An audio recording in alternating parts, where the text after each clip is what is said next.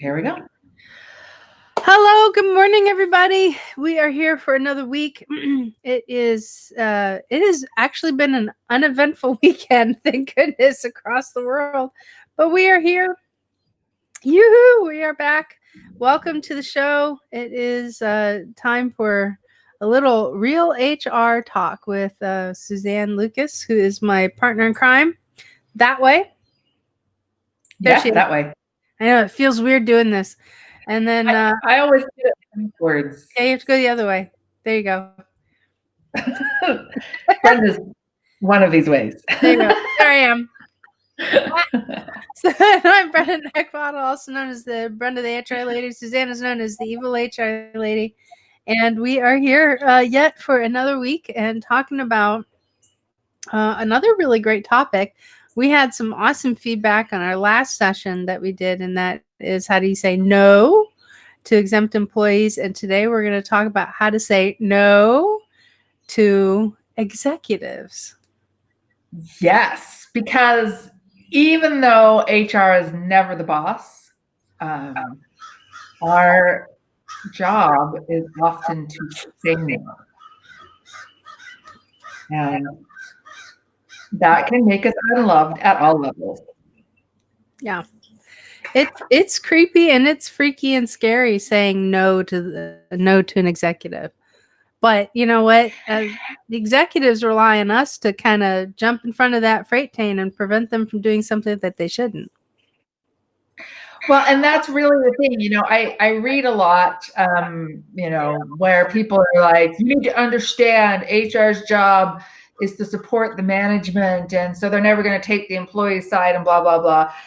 And I know it can seem that way a lot to employees, but the reality is HR's job is not to support the management. HR's job is to protect the business. And that means protecting the business legally and morally. And sometimes that means taking the employee side. Sometimes it means taking the management side. And sometimes it means sitting down with the CEO and saying, if you do this, here are the serious consequences. Yep. Now, can the executive team override HR? Absolutely. Absolutely. Do they? Yeah, they do. Sometimes they do. I mean, there was one case, and this is super minor, with no legal ramifications, but I was putting together the data for a top companies for working mothers survey. And I put all the data together and I shipped it up to corporate, and they came back and said, we don't like how these numbers look. And because they wanted the survey asked to break down the number of exempt employees that are male and female and the number of non-exempt employees that are male and female. And there was a massive administrative staff that were almost all female, and they didn't want those people counted in the non-exempt staff. Because it made their numbers look bad. So they said, well, they didn't mean exempt, they meant salaried. And these people were salaried, non-exempt. And I said, no. And they're one and the same. I absolutely refused to do it. I said, this is immoral, and I'm not going to do it. And so they said, okay. And they had somebody else fill out the report. And we ended up in the top 100 companies to work for working mothers. Yay! And that's when I stopped believing any of those reports. It also extolled how great it was that we had on-site daycare. We had like 30 sites around the US and one had on-site daycare, but the report didn't mention that. Anyway, the point is that I stood up for myself and for the truth, and they overrode me. And this wasn't any legal thing. I mean, it was for an award, and we probably paid big bucks to enter into the award category anyway. But there are some times when you can stand up for things and just absolutely get told no, and they are a big deal. Yeah, it happens. You saying no to an executive is one of the first steps that you can take to help prevent yourself from becoming a yes person. And there's nothing worse than for yourself than being a yes person. And I don't think anybody in this field that has worked in that hasn't at some point been a yes person to a CEO at some point in their career. And we deal with a lot of stuff. We don't often get a chance to deal with how we feel about how things are going. And when that happens and it compiles on top of your head, that's when you're at the biggest risk of becoming a yes person. Because your self-confidence is down.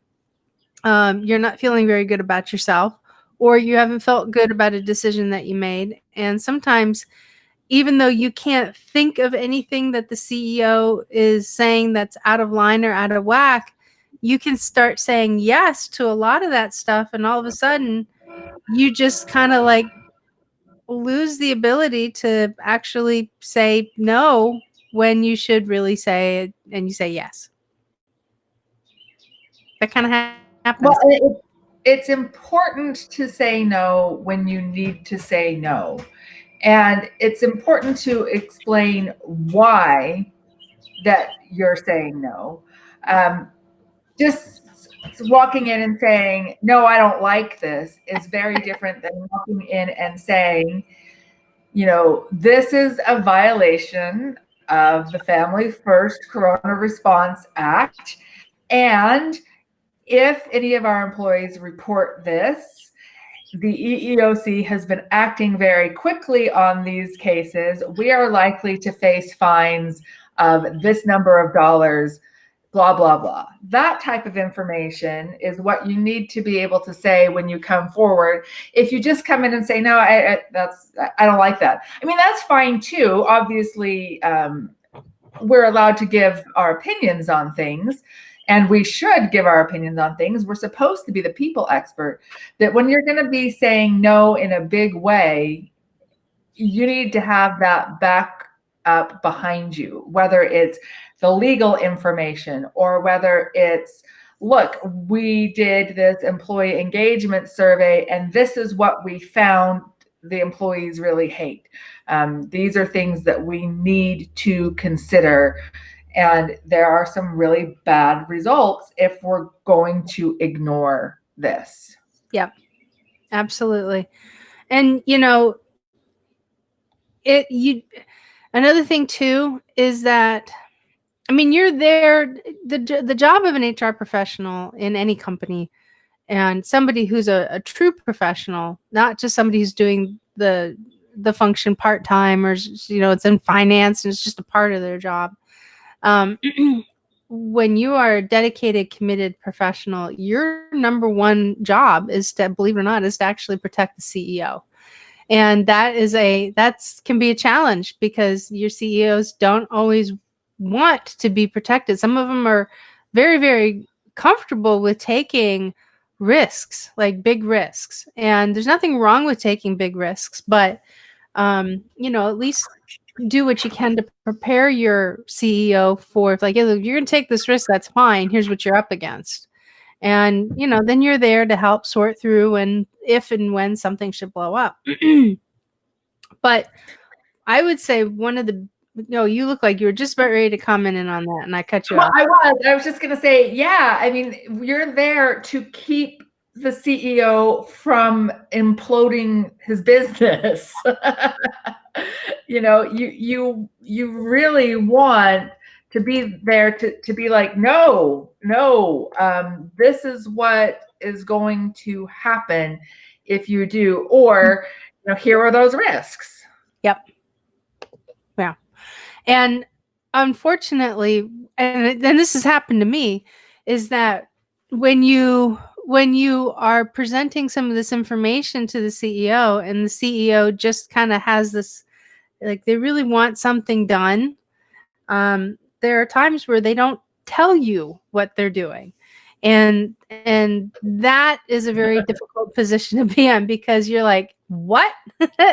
I mean, years ago, I can't say where it was and how it was, but it was on government property where one of our employees actually, or one of the let's put this, one of the client employees that I was working with at the time, wasn't ours, was one of theirs. They had an employee that brought his girlfriend into a restricted area, and he had a security clearance. And they decided, oddly enough, he didn't get kicked off the government property, which was amazing. And he didn't get pulled from the contract, which is even more amazing. And so they decided not to do anything about this, because this person is one deep with very sensitive information. And if they lost that individual, then they would be losing, a lot of confidential, or a lot of institutional knowledge that they really required, and didn't know how to operate some of these systems. And so they didn't tell me about it.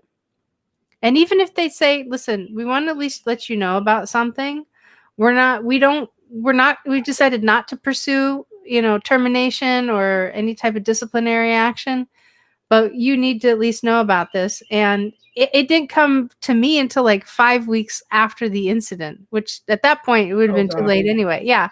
So they told me about it, and I looked at them and I went, it's like, I can understand how you don't want to terminate somebody because of the institutional information. You don't have systems set up yet to educate and protect that stuff. However, I mean, the guy is lucky he didn't get removed from the government, but at the same time, you should have at minimum disciplined him, because you're at risk of having this happen again.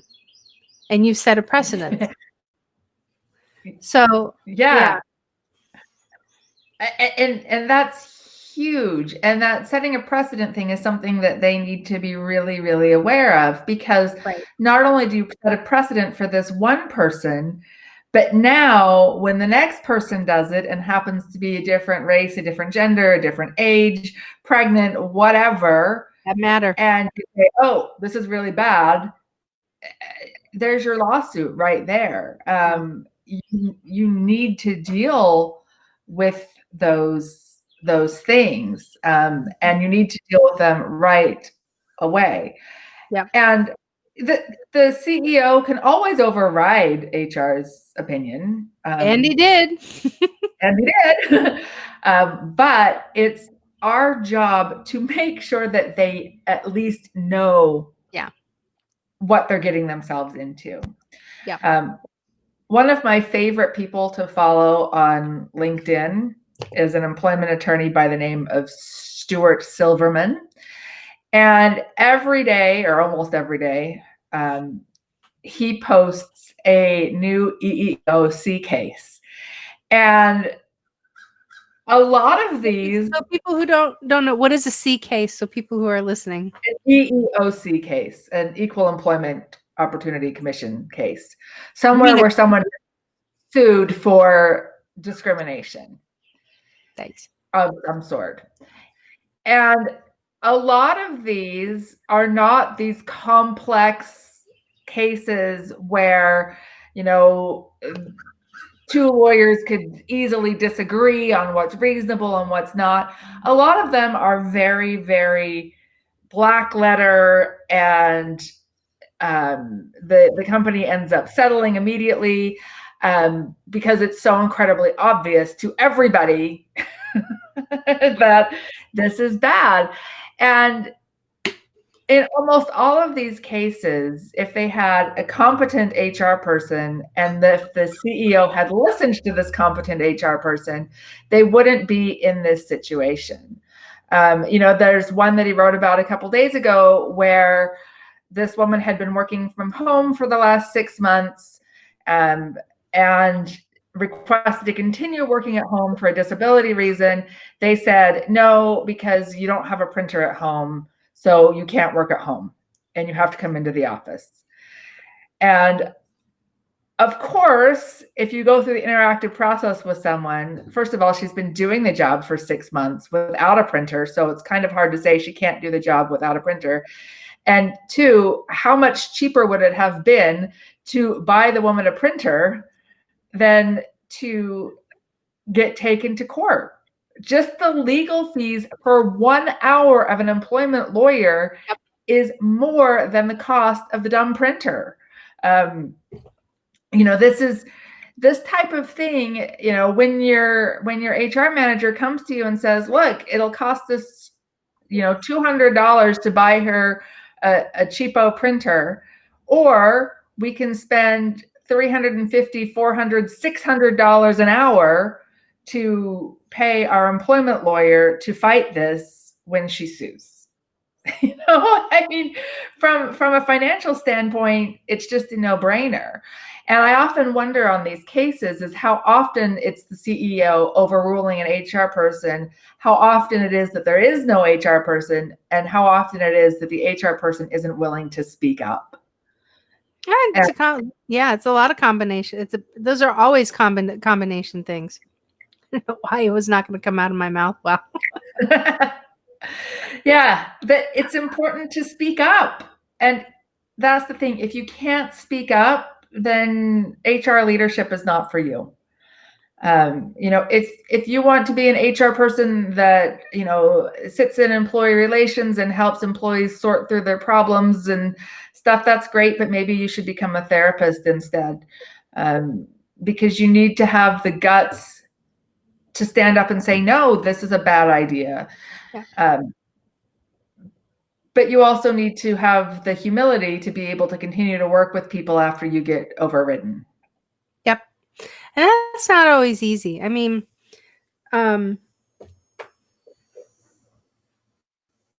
being overridden, you have to be able to, you have to find your path to recovery on something like that, especially if it's a big thing. I know I've been overridden on a number of significant challenges. Some I fought back on, and some it was drawn in the line in the sand, and it's just, you just have to know where those lines are. The ones that knocked me down significantly, I just kind of separated from people a little bit. In other words, I wasn't as visible. I've always been accessible as an HR professional, but I kind of took a step back and didn't work on being accessible. I kind of went into my own little world and just, dealt with what I needed to deal with so I could turn around and get right back out there again. And there isn't any one of us out there that hasn't had this happen before. I mean, it's part of the job. And, every now and again, there are times where you're just going to have to go to battle. There are, and there's times you're going to lose, and it can be really difficult. I think the angriest I've ever been at work was when I gave advice, I got overridden, everything happened exactly as I said it was going to happen, and then the VP who overrode me tried to throw me under the bus, and I had to clean up the mess. And I was so angry, and it was kind of difficult the next time I was in a meeting with this vice president who just completely, he ignored everything I said. But then when it went south, well, if you had done your job, Suzanne, I'm like, I did do my job. I told you this was going to be a problem. But I ended up having to continue to work with the guy, and I got over it eventually. Yeah. And, no hard feelings. But that's part of the job. It's part of the job to stand up and say no. And then it's also part of the job to clean up the mess when they ignore you. Yeah. And, when we say no and they ignore you, fingers crossed that you were wrong and everything is going to be fine. And there are millions and millions of cases where HR says no, the business says we're going to override you, and nobody sues, nobody gets fired, whatever. In the case I talked about earlier with the printer, if that woman had never sued, then no one would ever know about it. And the business could have gone on their way. And maybe that was a decision that the decision maker made, was like, well, what's the probability of her actually suing over this? Probably pretty low. So we don't want to buy the printer. But my goodness, what a stupid thing. We don't want to buy a printer. Here's about yeah, I get it. One of the biggest things that I've had to do battle on, and it's the same thing, but one of the great no's that I've had to do battle with CEOs is throwing yet one more thing on my plate. Something that's just like it tips the scale. And when CEOs want something done, they want it done. It's like a captain of the ship. If you want something done, it's got to get done by a certain period of time. And I respect that and I understand all of that. But at the same time, especially if you're operating as an HR person of one, you could be at risk of a tipping point where all of a sudden everything that you're doing is no longer effective because you're trying to accomplish too much. So one other thing you have to do is learn how to say no when the CEO wants you to do something. And I haven't necessarily come back and said, no, I'm not going to do something immediately. What I've learned how to do, and it works, is, okay, so here are the priorities that we've got, and I'll show them, what's on the board. Where in those priorities does this line up with? Like, when do you expect this done? Because here's what we're up against. Here's what we're looking at. Here's how your employees, how the employees are going to start getting confused or overwhelmed. I mean, we talk about communication to our employees and how important it is. And if you've ever worked with a corporate communication specialist, they will probably sit there and say, yeah, we need to make sure that we're not overwhelming employees with too much information, because if we do, they're going to start to ignore it. So it's knowing not so much when to say no, but when to push back. And that's another skill too. Pushing back is another skill that you have to develop. This is a really important skill. Yeah. And I used to work for a woman who would never push back. And I've never worked with someone that was so stressed out in my entire life. She was always just putting out fires. And she was always the one showing up at your desk at 4:55 p.m. saying, here's this new project. You can't go home until you finished it. And so the entire department was frazzled all of the time. Yeah. And I started pushing back at her did no good. This was when I was doing HR data. And so we were providing reports for everybody in the company. So I started calling the people who had come to her saying, I need this report, and saying, hey, so-and-so told me that you needed this. Can you tell me, what you're using it for, blah, blah, blah. And always, they didn't need it for 2 or 3 days. Yeah. She was putting this pressure on herself that was then putting pressure on all of her staff, that was resulting in everybody being stressed out. And just by simply picking up the phone and saying, hey, when is it that you need this? Then I would get the real answer and I would do it on that schedule. And I don't think she ever even knew that I was doing that. But I'll tell you what, when the opportunity came to transfer to another department, I jumped right on that bandwagon and went somewhere else. I really liked my job. I liked what I did. I'm a data person. I liked data. But I was more than happy to transfer. And I ended up in a place I really loved anyway. I moved over to employment law, which I really loved. But I wouldn't have been looking for that if this manager hadn't been so focused on saying yes to everything and saying yes right now. She assumed every request was an immediate need, and They rarely were. You've got to learn to do pushback. And like you were saying, Brenda, there's never a time in HR where you say, I'm done.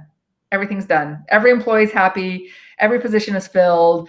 Every succession plan is written. Everybody's job description is up to date. All of our affirmative action plans are written. There's just it's never going to happen. Nope. Never. Nope. So you got to push back. No, it's not. And and then there's going to be and then there's some new initiative that comes up, or it's a really great idea, and all of a sudden somebody needs training. Oh, and then COVID happens, and that you just might as well ball whatever it is that you're working on, just throw it right over your shoulder, because it's just, it happens, right? So you have to get really good at finding that balance of figuring out how to support the CEO and how to push back and when to flat out say no. And the only way that happens is through a couple ways. Number one, hardcore, painful experience. It's just going to happen that way. Another way that you can learn it, and this is almost a near segue, but not quite yet. But we're going to talk about this a little bit, just not too much longer after this. But you can join one of two groups that can help you find the words, find the language for that. And there are groups that both Suzanne and I work together. And that's basically just having people that you can talk to, just like have another HR professional and say, oh my gosh, I'm faced with this, and here's what I'd like to do, but I'm not 100% sure this is what I want to do. And you know what? Having that soundboard is going to be perfect. And then, quite frankly, if you are very inexperienced and you think you should push back and say no, sometimes you just have to ask people in that group. It's like, how do I say this? Just like, this is what I need. This is what I need to do, but I have no idea how to come out and say it. What do I need to say? Right. So those are a couple of different ways. And listening to people of experience will certainly help you out, but don't forget to use your emotional intelligence along the way, because if you just come out with fangs barred and claws, extended, you're going to lose. You're going to lose something. You're going to lose. And this is something that I've struggled with, because when I get anxious, my entire neck turns red. And so it's really easy to see when I'm upset. Like, I could be like, oh, this is, really, I think this is a great idea. But my neck is like this flaming red thing. My kids always know when I'm mad. Like a cuttlefish.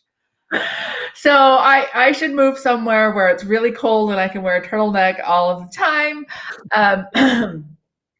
It can be a really difficult thing emotionally, especially, we often joke in HR that everybody goes into HR because they love people, but then you start working with them and you really hate them. And we've all had super annoying employees. All of us have. But my experience is that the vast majority of HR people really do care about their employees, and they want them to be happy. And sometimes when you're standing up to an executive, I've gone toe to toe with someone about giving somebody a raise. Like, this person deserves a raise, and having, the department head being like, but we don't have the budget. I'm like, but you're going to lose the employee. And, this is what you need to do. And I can become a little bit emotional, and sometimes that doesn't go over well. And so that's something that I've personally worked on, is instead of being like, but he's a nice guy and he deserves a raise, more in that, listen, the market rate for this position has increased. Mm-hmm. If we have to replace the person, it's going to be at this higher salary. Plus, this is a specialized position. We're going to have to hire an outside headhunter. The fees for that are going to be $30,000 minimum. So let's give the guy a $5,000 raise and save ourselves all of this, because you're going to have to pay the $30,000 headhunter fee. Plus, you're going to have to pay the new person the $5,000 higher salary. Yeah. That is something that comes across a lot better than, but he deserves a raise. I haven't actually cried at work over that, but my neck has turned red. Sometimes you got to go toe to toe, and sometimes you're going to lose. Sometimes they're going to say, no, not doing it. Yeah. Not doing it. Yeah. I remember one time I had to go head to head with the CEO, and believe it or not, it was a complaint on me. And it came from an employee. It came from a manager that I was working with, that I had just the day before spent 3 hours inside of his office helping him sort through all of his people issues. We had plans drawn up. We had things he was buying in.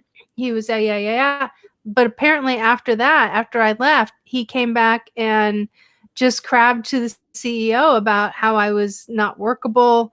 I'm just like, I was blown out of the water, said that I was domineering. And I was just like, I looked at the CEO and I said, when did he say this? He goes, yesterday afternoon. And I said, and that I'm not responsive, that I don't pay any attention. I said, really? I said, did you know that I just spent 3 hours in that man's office on a special trip up there just to see that individual, to sit down and help him sort out all of his people challenges that he was having? And he goes, really? Yeah, really? Really? So my next special visit was the very next day, and I walked right into that office and I said, if you have a problem with me, you talk to me. I said, you don't sit there after 3 hours of us working together, taking my time to help you out, to come back and complain about me and how I'm not workable, how I'm not approachable, how I don't support you. Yeah, you have a problem with me, you come talk to me moving forward. And that, ladies and gentlemen, is how Brenda got the nickname the HR force of nature. Right there at that moment. That did it. That phenomenon was born. But you know what? And that's the thing. It's just, sometimes you just have to kind of fight through these barriers, and it is par for the course. So speaking of course, we have something kind of cool. We're going to take a little mid-show advertisement coming on November 9th through the 13th. We are going to be participating in a HR summit. This is a summit that is sponsored by my little organization, Best Practices. Suzanne has been gracious enough to come and talk to us at the same time. We've got some pretty awesome guests. So this is a week-long summit. And this means that we're not going to shackle to your desk. We're doing a 1 hour session Monday through Friday every day. So Suzanne is going to kick us off. Tay is going to come in. She's a former HR professional who worked at the Bellagio and over at Treasure Island. She's going to be talking about engagement. Steve Watson is our CFO and founder of Trendbreakers, and Steve loves to talk about how to save companies money when it comes to benefits. The man loves to literally to answer the mathematical question. So can confirm he loves to talk about that. Loves it. It is his favorite. He was a guest on my podcast show on the best practices in human resources, and he goes, "I'm sorry, I'll shut up now." I'm like, "Dude, you're on a podcast episode. That's what we want you to do. Talk." I said, "You're fine." So anyway, so we've got that coming up. The link to where you can register is on our website at therealhrshow.com. It's right up at the top. Gives you, you just go ahead and hop on over there. Now we do have limited space. So but you still need to register. So don't give up hope that you're not going to get anything, because we've got to work around. If it turns out that we hit the tipping point on every day of those sessions, if you cannot get into the session, even though you've registered, I'm going to send you the link so that you can catch it. Okay. So don't register and then not show up because you're going to get the link.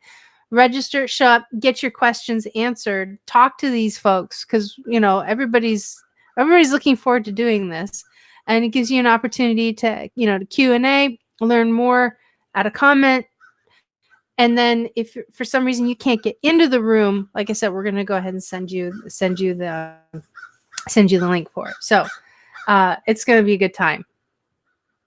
It's going to be an awesome time. It's going to be awesome. It is. It's going to be awesome. So every show, Suzanne and I come up with humdinger questions to throw at each other. Humdinger is a word I don't use often. You like that one? I like it. I don't know if that's a Pennsylvania thing or if that's a Southern thing, but humdinger is a good word. Humdinger is a great word. Yeah. So we go and we find questions, or we bump into questions that kind of give each other a good laugh. And not that we're here to stump one another. Sometimes it does happen. But we are here to go ahead and answer and ask. So are you ready for your question? Yes, ma'am. Okay. So this is, and I love I love throwing these questions out there because these are questions from the perspective My neck is getting red. I'm nervous. of employees of employees looking for information on the website. So just like, when you search for HR information on Google, you're not going to get all of it. And when you search medical information, Dr. Google is going to tell you you're going to die. So it's never really the best place to look. But these questions are amazing. So here it is. You ready? Yep. This person comes from a former union steward who served in the role for 14 years. And his question is, if an employee in a labor union is fired for not being trustworthy, is this justified as just cause? I have to caution my answer here. No, go ahead. Caution away. I've never personally been responsible for union people. I have worked in companies where we had unionized people, but they were never at my site.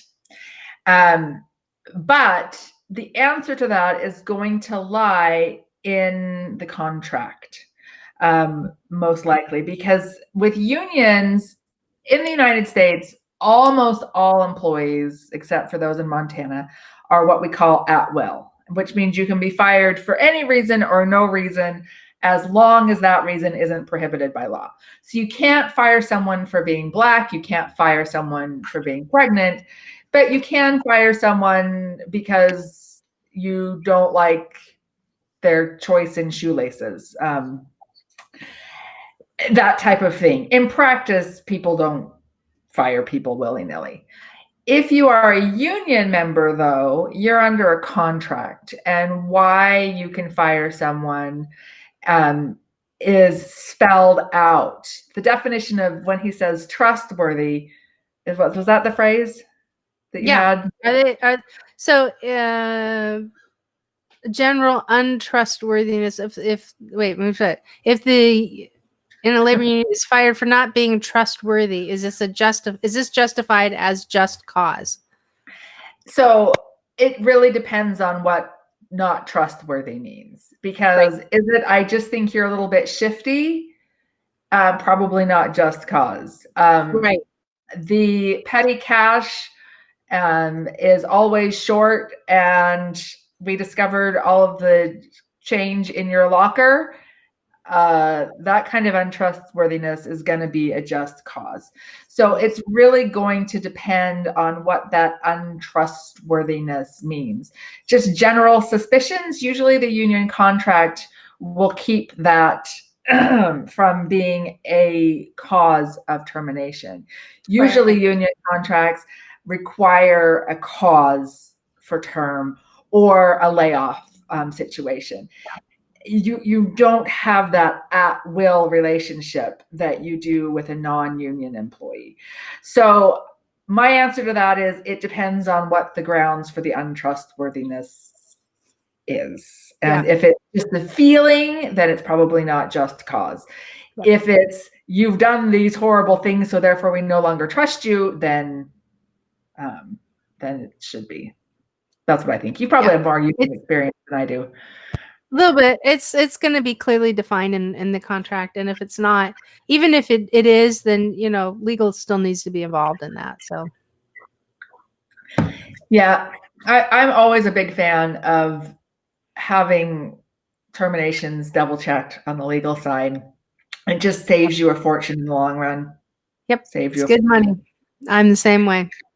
Yeah. All righty, man. All right. You ready? Nice job. Yeah. Go for it. Hit me. Thank you. Okay.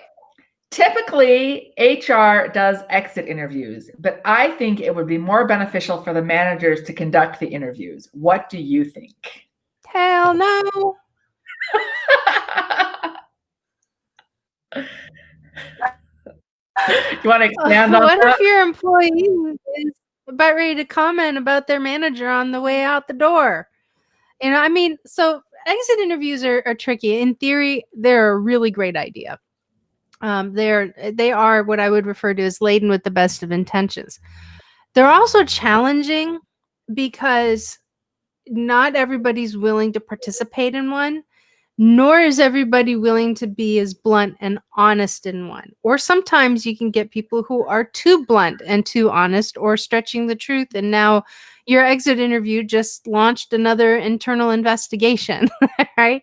So man, we're not talking about doing them or not, but I would not want a manager to do them because not every manager is trained in the art of human, as I like to call it in HR, right? They're going to be more focused in on their department and their individual, kind of rice bowling experience or tunneled experience rather than taking time to fully understand the employees experience as this life cycle comes to an end. They can be done in a couple different ways. They can be done electronically, which a lot of them are. You can sit down and do an exit interview. And I think also managers confuse an exit interview with making sure that they've got and captured everything, like the person's laptop. And, exit interviews are something completely different. Exit interviews are exactly that, an interview to determine what can the company do better. Is there really an issue with the manager or not? What about the culture did the employee like or not like? So the HR team and the managers are coming from two different perspectives, and not everybody associates exit interviews the same way as they are intended. So be very careful. Yeah, exit interviews are a mixed bag, man, but I totally agree with you. Managers doing it, you're not going to get any usable information. Nope. You're not. Or they may not do it at all. Yeah. The only one you can rely on is yourself. That's it. Yeah. And even so, as you said, people aren't always honest. And I frequently advise people to think about what they say in exit interviews because it's difficult to keep that information anonymous. And Yep. you don't want bad things getting back to your boss who you need for a reference in the future, which, Right. The data loving side of me is I wish everybody would just be 100% honest and we could learn things and we could fix things. But the practical side is I know that frequently the leaving employee needs the reference far more than they're willing to sacrifice to give you information. So keep it in HR. Yeah. So cool. Well, there you go. Well, listen, I mentioned I kind of dropped this hint a little bit earlier. If you haven't joined us in one of two groups, we are extending an invitation to you to do exactly that. So Suzanne and I both lead unique groups. We are participants in each other's group. And sometimes there's some really good questions where we both kind of just jump in on the feed and really go with it. So would you like to share your group first, my dear? Sure. So I run a group called Evil HR Lady. It's on Facebook. And we talk about all things HR. And if you have a question or you want to help somebody out, you can jump right in. If you have a question you want anonymously posted, you can message me and I'll post it up for you. And really, as Brenda was saying earlier, there's a lot of people out there that are HR departments of one. And you need a coworker from time to time, and we strive to be that coworker for people. Plus, we share all of the best HR memes. So, yeah, you guys do have a couple good ones.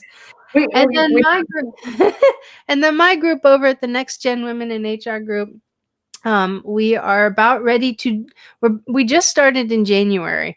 And so we're about ready to take on 8 new members here as soon as I get done with this show, which would be pretty great, and take a look at their applications. But it's a fun group, and we do a lot of like live webinars, free webinars. We share a lot of important information, and they're a really, really good group of people that are over there, and lots of different levels of experience and lots of different levels of communication and involvement. So I strongly recommend you guys join us.